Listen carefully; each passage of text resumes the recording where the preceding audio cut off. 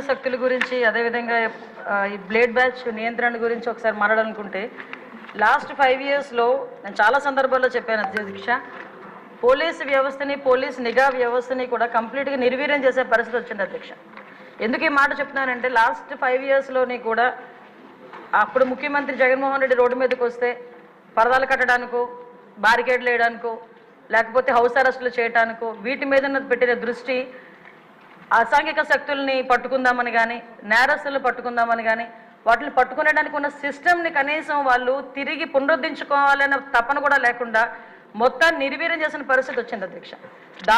దాని పర్యవేక్షణలో భాగంగానే ఈ 5 సంవత్సరాల్లోని కూడా ఇంచుమించుగా మనం ఒకసారి కంపేర్ చేసుకుంటే బిఫోర్ 2014 మనకి టోటల్ కేసెస్ ఈ బ్లేడ్ బ్యాచ్కి సంబంధించి ఈస్ట్ గోదావరిలోని ఒక ఈస్ట్ గోదావరిలో చూసుకుంటే 133 ఉంటే 2014-19 అదేవిధంగా కంపారిజన్ 2014-19కి ఒక 400 ఉన్నాయి అధ్యక్ష.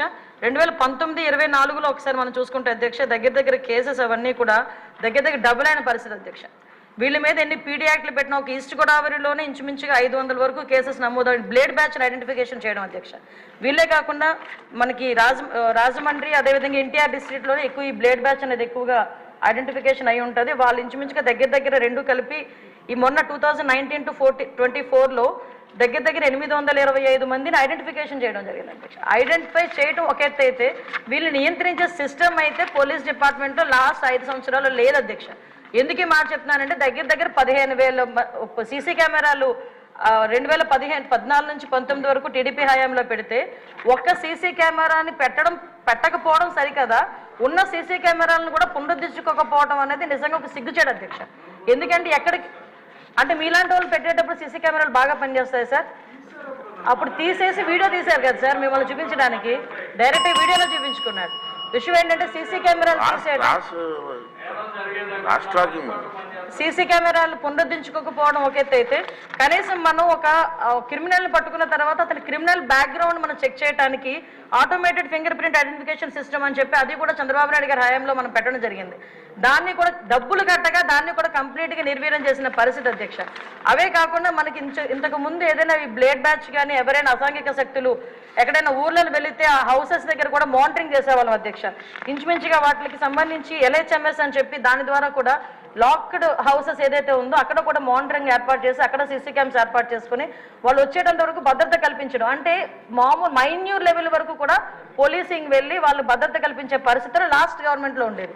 ఈ గవర్నమెంట్ ఎప్పుడైతే నిర్వీర్యం చేసిందో పోలీసు వ్యవస్థని మీరు అన్నట్టుగా మొత్తం అరాచక శక్తులు అసాంఘిక శక్తులు అరాచక శక్తులు అంటే ఇందాక మేడం గౌరవ ఎమ్మెల్యే గారు చెప్పినట్టు ఎవరు బ్లేడ్ బ్యాచ్ అనో ఇంతకుముందు ఎక్కడి నుంచో వచ్చారు, పై దేశాల నుంచి వచ్చారు, పై రాష్ట్రాల నుంచి వచ్చారు, బీహార్ బ్యాచ్ అక్కడ బ్యాచ్ ఇక్కడ బ్యాచ్ అనుకునే వాళ్ళు.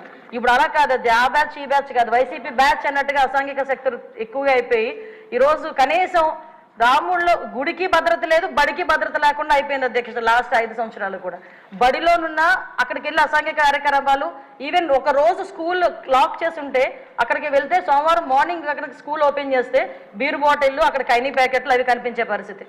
అలా అదేవిధంగా గుడిలోకి వెళ్తే గుడి విగ్రహాలను ఎత్తుకుపోయే పరిస్థితి లాస్ట్ 5 సంవత్సరాలు చూసాం అధ్యక్ష. ఒకటి అధ్యక్ష ఈరోజు ఈ గంజాయి గురించి చెప్పారు అధ్యక్ష. ఈ గంజా లాస్ట్ 5 ఇయర్స్లో కూడా కంప్లీట్గా వదిలేశారు అధ్యక్ష. ఎంత దారుణంగా వదిలేశారంటే అంటే ఈ ఇష్యూ ఇక్కడ కూడా ప్రస్తావించాలి కాబట్టి చెప్తున్నా. ఎక్సైజ్ డిపార్ట్మెంట్కి ఇంతకుముందు ఒక పవర్ ఉండేది అధ్యక్ష.